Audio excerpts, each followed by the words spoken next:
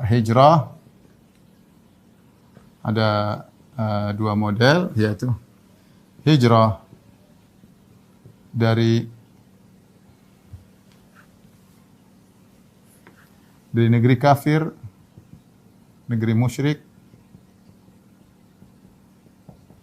ke negeri Islam. Hijrah yang kedua, yaitu hijrah maknawi, yaitu hijrah dari kemaksiatan kepada ketaatan.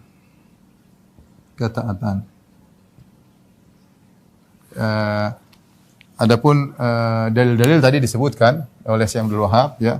Innal ladzina tawaffahumul malaikatu dzalimi anfusihim. Allah mencela orang-orang yang tidak berhijrah. Ya, dalilnya tadi, dalil Allah mencela, ya.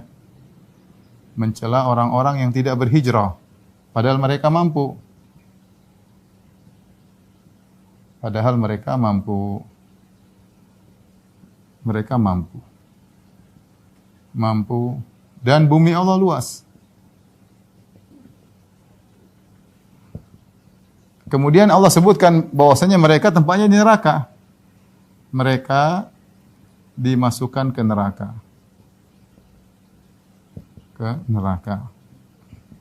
Ya. Adapun dalil tentang hijrah dari kemaksiatan pada ketaatan, ya, kata Nabi sallallahu alaihi wasallam, wal muhajir man hajara ma nahallahu anhu. Orang yang berhijrah sungguhnya, ya. Orang yang berhijrah yang meninggalkan apa yang Allah larang.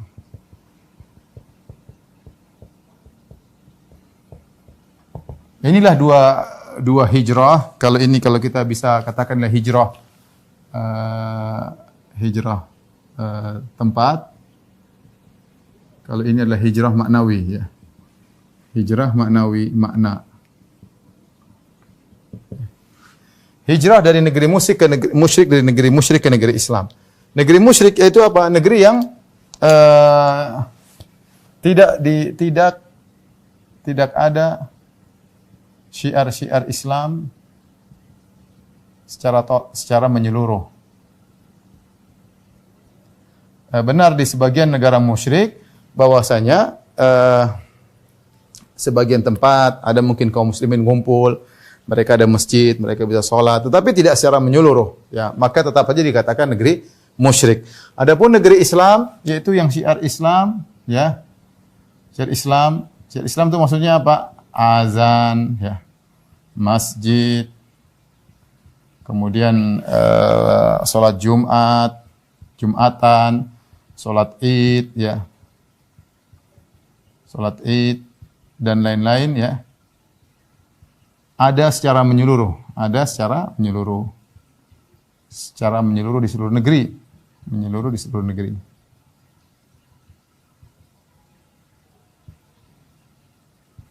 Kalau kita lihat ini definisi di antara definisi yang disampaikan oleh para ulama. Makanya Nabi SAW kalau ingin menyerang suatu negeri, Nabi lihat dulu ada enggak azan dikumandangkan. Kalau dikumandangkan berarti Nabi tidak menyerang. Kalau kita lihat definisi ini, berarti Indonesia adalah negeri Islam, ya. Indonesia negeri Islam, ya. Kenapa? Karena syiar Islam tersebar. Meskipun kita tahu bahwasanya hukum syariat yang berlaku di Indonesia masih campur-campur, ya. Sebagian syariat Islam ada, sebagian masih al-qawanin al-wad'iyah, masih hukum karangan manusia. Tetapi kalau kita tinjau dari syiar Islam, masjid di mana-mana, azan di mana-mana, tidak ada orang dilarang pakai jilbab, orang berjilbab boleh, orang mau sholat Id boleh. Alhamdulillah, ya. Beda kalau kita ke negeri musyrik, seperti kita ke Amerika, kemudian kita pergi ke misalnya Britania atau ke Inggris, kemana-mana, ya, Australia, kita tidak sebebas seperti kita ke Perancis, ya. Mereka negeri musyrik. Yang tersebar mereka adalah syiar-syiar kesyirikan. Gereja lah, anulah, Islam ada, tapi mungkin di lokasi-lokasi tertentu. Maka itulah negeri musyrik. Adalah negeri musyrik, ya. Ini contohnya banyak, ya. Contohnya apa? Singapura, ya. Amerika, dan lain-lainnya. Kalau ini Indonesia seperti Malaysia, ya tentunya Arab Saudi, ya, Qatar, Dubai, dan lain-lain. Banyak negeri Islam, Darussalam, banyak sekali negeri-negeri Islam. Ya. Inilah ketika seorang tinggal di negeri musyrik, maka hendaknya dia berhijrah. Kenapa? Apa hikmahnya seorang berhijrah dari negeri musyrik ke negeri Islam? Karena Allah mengatakan fa iyaya fa'budun wa iyaya fa'budun, ya. Ya ibadiyalladzina amanu inna ardi wasi'atun fa iyaya wa iyaya fa'budun. Wahai hamba-hambaku yang beriman, sungguhnya bumiku luas, maka beribadahlah kepadaku. Orang di negeri musyrik, mereka sulit untuk beribadah kepada Allah Subhanahu wa taala. Mereka sulit untuk beribadah kepada Allah Subhanahu, dan berhijrah dari negeri musyrik ke negeri Islam, maka ini hukumnya sampai hari kiamat. Hukumnya sampai hari kiamat. Seorang boleh tinggal di negeri musyrik, ya, dengan persyaratan, ya, dengan persyaratan. Banyak persyaratan. Persyaratan yang paling utama tinggal di negeri musyrik adalah pertama, dia bisa menjalankan syariat Islam. Dia sholat tidak dilarang, dia Jumatan tidak dilarang, ya. Dia mau puasa tidak dilarang. Dia kalau mau haji mungkin dia untuk haji, ya. Dia bisa menjalankan syariat Islam. Yang kedua, dia punya ilmu yang cukup untuk bisa menahan dirinya atau menyelamatkan dirinya dari berbagai macam syubhat dan syahwat. Ini syarat utama, bisa menyelamatkan dirinya dari syubhat dan syahwat. Ya, kemudian ketiga, dia punya keperluan di sana. Dia punya keperluan di sana. Ya, keperluan misalnya dia mungkin belajar, mungkin dia berobat, ya, mungkin dia berdakwah, mungkin dia jadi misalnya jadi duta besar atau utusan negara dan macam-macam. Ya. Kalau ternyata tidak memenuhi persyaratan, maka sebaiknya tidak tinggal di sana, ya. Jadi kita bahas di sini misalnya syarat tinggal di negeri kafir, ya. Yang perlu diingat, hukum asal tinggal di negeri kafir tidak boleh hukum asal. Rasulullah SAW bersabda, "Ana bari'un min kulli muslimin yuqimu baina adhuril musyrikin." Aku berlepas diri dari setiap muslim yang dia tinggal di tengah-tengah negara orang-orang musyrik. Kenapa? Karena dia sulit di sana, dia sulit menjalankan syariat. Kemudian yang kedua, dia lihat kesyirikan di mana-mana. Siapa yang hatinya tenang lihat orang kesyirikan? Siapa hatinya lihat orang berbuka aurat di mana-mana? Ya, siapa hatinya bisa tenteram? Kemudian kalau dia aman, bagaimana anaknya? Anaknya belum tentu aman. Anaknya sekolah di tempat-tempat tersebut yang bergaul dengan orang-orang kafir. Terkadang pakai jilbab mungkin diejek, dia harus buka jilbab dan yang lainnya. Kasihan anak-anaknya, ya. Sampai saya punya kenalan di sana di suatu negara Eropa, anaknya sampai diejek sama teman-temannya karena dia satu-satunya yang belum berzina. Satu-satunya yang belum berzina diejek sama teman-temannya. Sampai bapaknya tanya sama saya, "Ustaz, gimana anak saya? Kasihan." Ya, inilah di antara mudaratnya tinggal di negeri-negeri musyrikin. Paling enak di Indonesia sudah. Paling enak makan apa saja gampang, mau ibadah gampang, mau apa gampang. Alhamdulillah.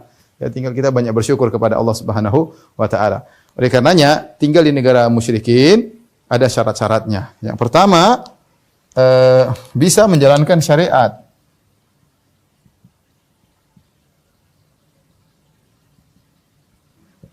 Yaitu bisa sholat, dia bisa pakai jilbab kalau perempuan, dia bisa Jumatan kalau laki-laki, dia bisa sholat Id, dia bisa bayar zakat. Kalau sampai dia tidak bisa menjalankan syariat, wajib bagi dia untuk berhijrah. Wajib bagi dia untuk berhijrah. Misalnya di sana ternyata tidak boleh pakai jilbab. Ngapain di sana? Cari duit. Saya pernah ditanya, "Ustaz, bagaimana?" Saya dari Amerika waktu itu. "Ustaz, bagaimana saya belajar di suatu perusahaan, saya tidak boleh sholat Jumat, Ustaz. Gimana caranya?" Saya bilang, "Keluar dari perusahaan tersebut. Mau cari duit kemudian enggak sholat Jumat."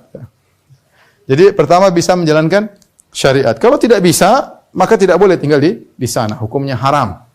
Kalau tinggal di sana harus buka jilbab, haram hukumnya, enggak boleh. Ya, kecuali mungkin bisa sekolah online sehingga tetap bisa pakai jilbab, tidak nampak auratnya. Intinya harus bisa menjalankan syariat. Kalau enggak bisa menjalankan syariat, dosa hukumnya dosa besar, tinggal di negara kafir. Ya, fima kuntum kuna mustata'afina fil ard, kami dahulu susah di Mekah. Qalu alam takun ardullahi wasi'ah fatuhajiru fiha. Bukankah bumi Allah, kenapa kau tidak berhijrah? Sembahlah Allah, banyak bumi bisa kau sembah. Para sahabat dahulu tidak bisa ibadah kepada Allah di Mekah, diintimidasi, dibunuh oleh orang musyrikin. Mereka berhijrah ke negeri Habasyah. Mereka pergi hijrah ke negeri Habasyah, yang negeri yang lebih miskin jauh. Mereka berhijrah supaya apa? Supaya bisa beribadah kepada Allah Subhanahu wa taala. Supaya bisa beribadah kepada Allah Subhanahu wa taala. Pertama, bisa menjalankan syariat. Yang kedua, syarat kedua harus punya ilmu dan iman yang cukup ya untuk membantah syubhat dan selamat dari syahwat.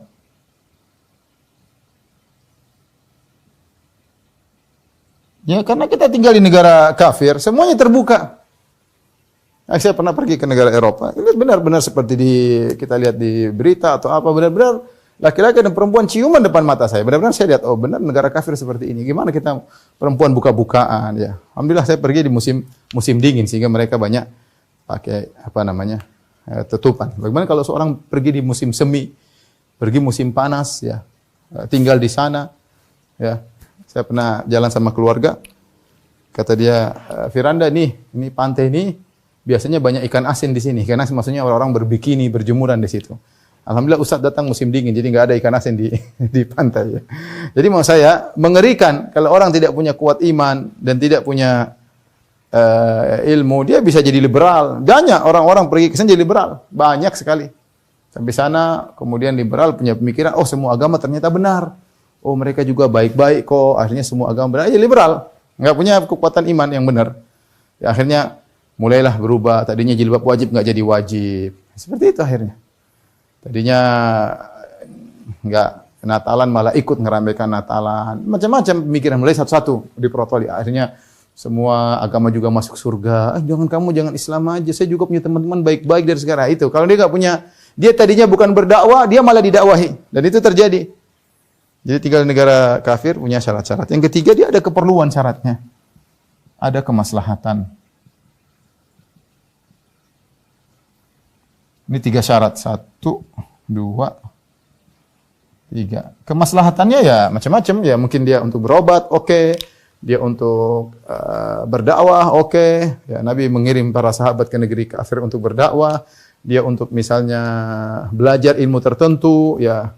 Atau dia karena urusan kenegaraan dan yang lainnya. Yang penting ada kemaslahatan. Yang penting dia adalah orang diplomat. Yang penting ada kemaslahatan.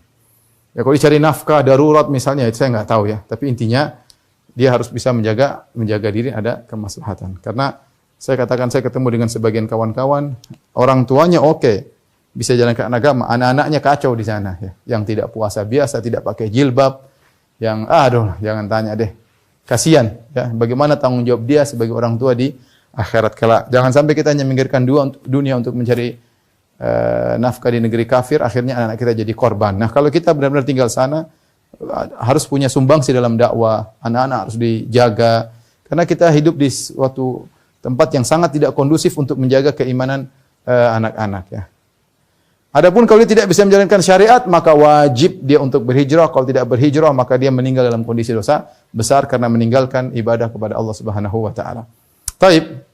Dari sini kita tahu negara musyrik seperti apa, negara Islam seperti apa. Yang aneh, kita dapati seperti kelompok-kelompok jihadis seperti Jamaah Islamiyah ya. Saya ketemu dengan beberapa orang yang sudah sadar, mereka dulu berhijrah dari mana? Dari Indonesia ke Australia. Ini kenyataannya. Berhijrah dari Indonesia ke Australia. Sampai ada di antara mereka yang menjadi gubernur Jamaah Islamiyah. Karena sudah sadar ya, ngobrol sama saya. Ustaz, gimana kita sampai berhijrah? Karena berhijrah dari Indonesia, negara Islam, berhijrah ke negara, gimana? Itu hijrah model apa yang mereka bilang ya? Hijrah model apa ya? Hijrah itu dari negara kafir ke negara Islam, bukan dari negara Islam kabur ke negara kafir, dan banyak seperti itu ya. Dari Saudi hijrah ke Kanada, dan ini terjadi. Saya dulu punya kenalan, saya sebegitulah, kurang suka dengan Islam, kemudian merasa tidak bebas di Saudi zaman-zaman dulu. Akhirnya dia milih untuk pergi ke Kanada, dia merasa nyaman di sana dan yang lainnya. Jadi ikhwan dan akhwat yang dirahmati Allah Subhanahu wa taala, inilah berkaitan dengan hijrah tempat. Ini berlaku sampai hari hari kiamat. Jika Anda tidak bisa beribadah kepada Allah suatu tempat, maka silakan Anda berhijrah. Sebagian saudara-saudara kita mereka berhijrah misalnya dari Rohingya. Mereka berhijrah ke Saudi misalnya. Ada yang berhijrah dari India mungkin mau ditangkap berhijrah ke negara Islam misalnya ya. Dan seperti misalnya Dr. Zakir Naik yang harus meninggalkan India pergi ke Malaysia misalnya. Ya kondisi tidak apa ya, di mana-mana Islam begitu ya, artinya kalau kita minoritas biasanya kita diintimidasi, sementara kalau non muslim, orang kafir minoritas di negeri Islam biasanya tidak jadi masalah ya. Orang Islam sangat baik dan sangat adil ya. Baik, berikutnya hijrah maknawi yang sering kita bilang ini sudah hijrah, artinya hijrah dari maksiat, meninggalkan maksiat menuju ke ketaatan ya. Ya, contohnya seperti apa? Contoh apa? Hijrah dari riba atau dari musik. Dari apa lagi? Dari misalnya dari apa kayak maksiat lah, dugem lah, apalah, terserahlah.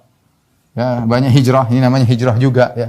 Berhijrah dari maksiat menuju ketaatan, maka dia harus berusaha untuk senantiasa bersabar dalam menjalankan ketaatan kepada Allah Subhanahu wa taala. Ini kira-kira makna sederhana tentang hijrah.